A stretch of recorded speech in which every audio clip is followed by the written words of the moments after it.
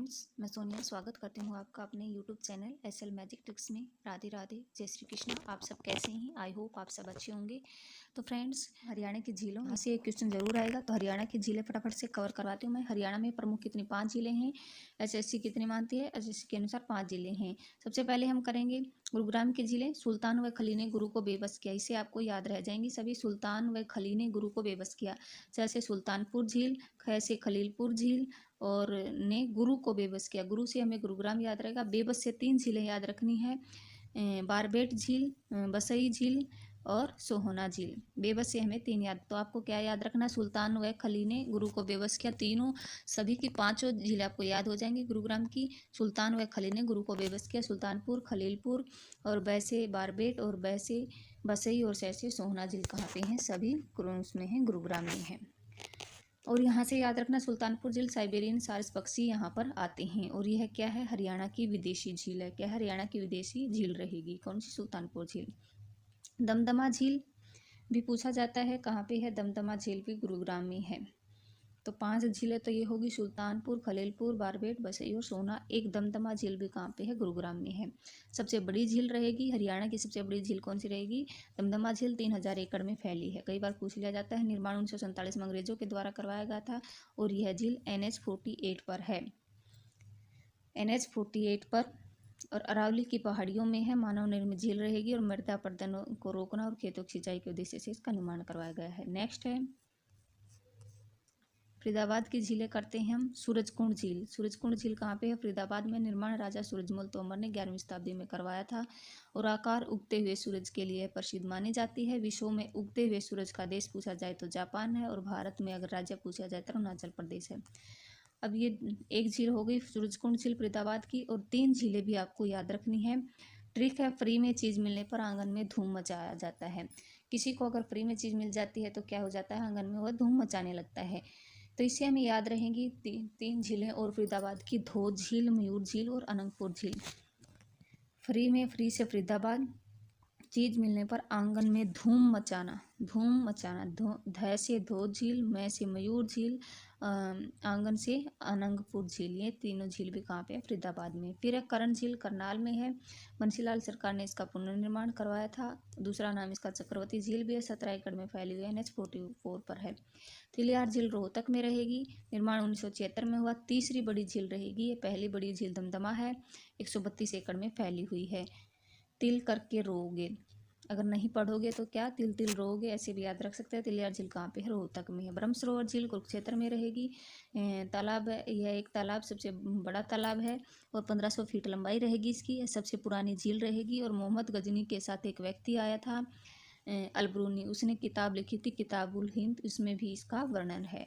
कई बार क्वेश्चन ये पूछा गया है, किताबे हुल हिंद में कौन सी झील का वर्णन है? ब्रह्म सरोवर का उसका वर्णन है। सनहित झील, सनहित झील भी कुरुक्षेत्र में है। कुरुक्षेत्र में एक ब्रह्म सरोवर हो गई, सनहित झील हो गई कुरुक्षेत्र में। 2 झीलें कुरुक्षेत्र में है। 7 नदियों का संगम का स्थल माना जाता है सनहित झील को, और इस झील में माँ विष्णु और माँ लक्ष्मी का, भगवान विष्णु और माँ लक्ष्मी का वास माना जाता है।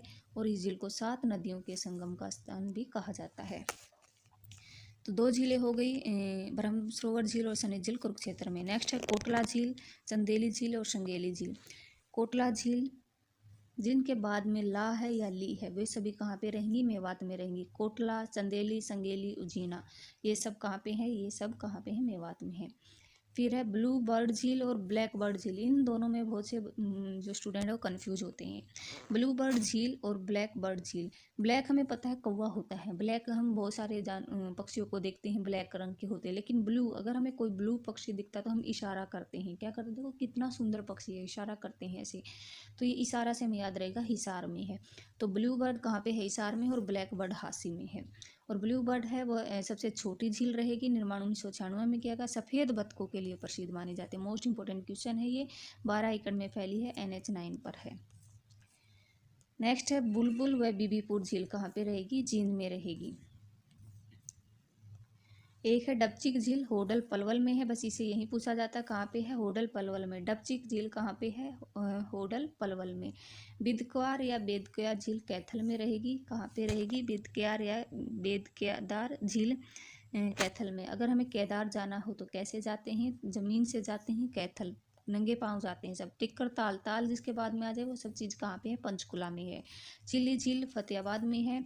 और चिल्ली जब मारी जाती है, जब कोई भी फतेह हासिल कर लेता है तो क्या किया जाता है, चिल्ली मारी जाती है, तो फतेहाबाद में। शोभा सागर झील नारनौल महेंद्रगढ़ में। ये मोस्ट इंपॉर्टेंट है, कई बार पूछ लिया जाता है एग्जाम में। शोभा सागर झील कहाँ पे है, नारनौल में। भिंडावास और झज्जर में है। वास जिसके पीछे लगा वो कहाँ पे रहेंगे, झज्जर में। तो हरियाणा की सबसे सुंदर झील भी किसको कहा जाता है, भिंडावास झील को। और इसको किस में शामिल किया गया है, रामसर साइट में इस झील को शामिल किया गया। ये भी आपको याद रखना। सुखना झील कहाँ पे रहेगी, चंडीगढ़ में है। तो ये थी कुछ झीलों का टॉपिक हमारा कंप्लीट हुआ। इसके एमसीक्यू मैंने करवा रखे हैं चैनल पर, अगर आप एमसीक्यू देखना चाहते हैं तो वहाँ से देख सकते हैं। नेक्स्ट टॉपिक है हमारा हरियाणा के प्रमुख प्रजनन केंद्र। यहाँ से भी एक क्वेश्चन पूछा जाता है। हरियाणा के प्रमुख प्रजनन केंद्र, मगरमच्छ प्रजनन केंद्र कहाँ पे रहेगा, भोर शैतान कुरुक्षेत्र में। अब इसको याद कैसे रखेंगे, मगरमच्छ बहुत शैतान होते हैं, शैतान से हमें याद रहेगा भोर शैतान कहाँ पे, कुरुक्षेत्र में।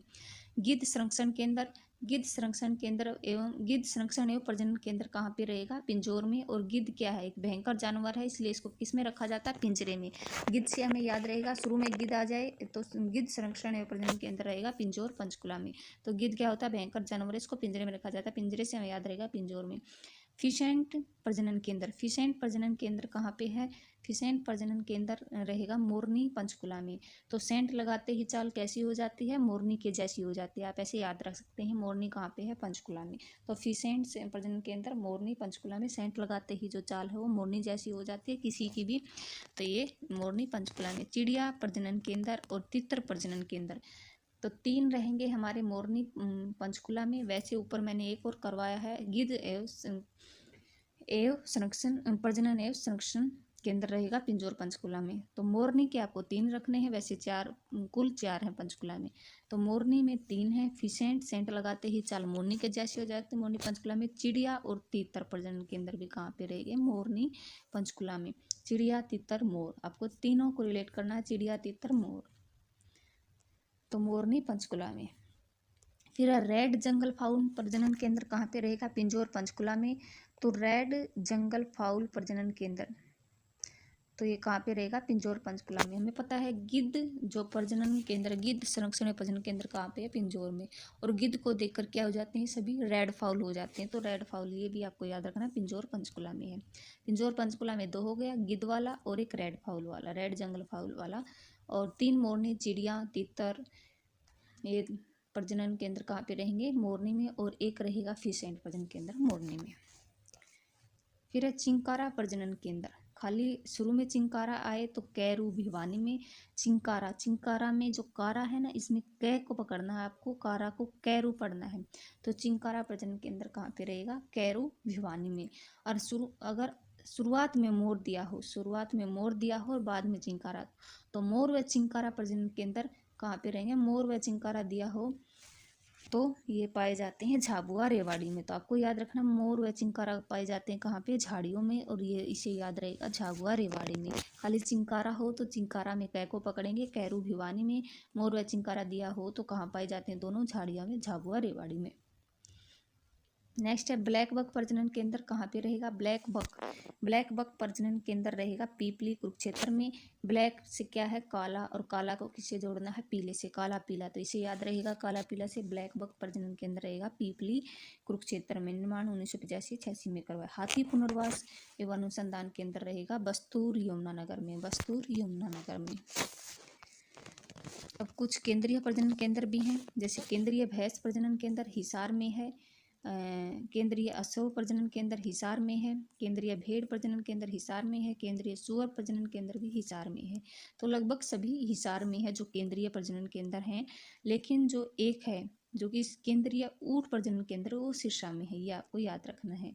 और सबसे ज़्यादा सूअर सोनीपत में पाए जाते हैं, लेकिन केंद्रीय सूअर प्रजनन केंद्र हिसार में है। तो हरियाणा में भैंस, अश्व, भेड़, सूअर लोगों के जीवन का हिस्सा है, आप ऐसे ट्रिक से याद रख सकते हैं। बाकी सभी हिसार में है, सिर्फ एक केंद्रीय ऊंट प्रजनन केंद्र सिरसा में। तो ये हमारा प्रजनन केंद्र का भी टॉपिक हुआ कंप्लीट।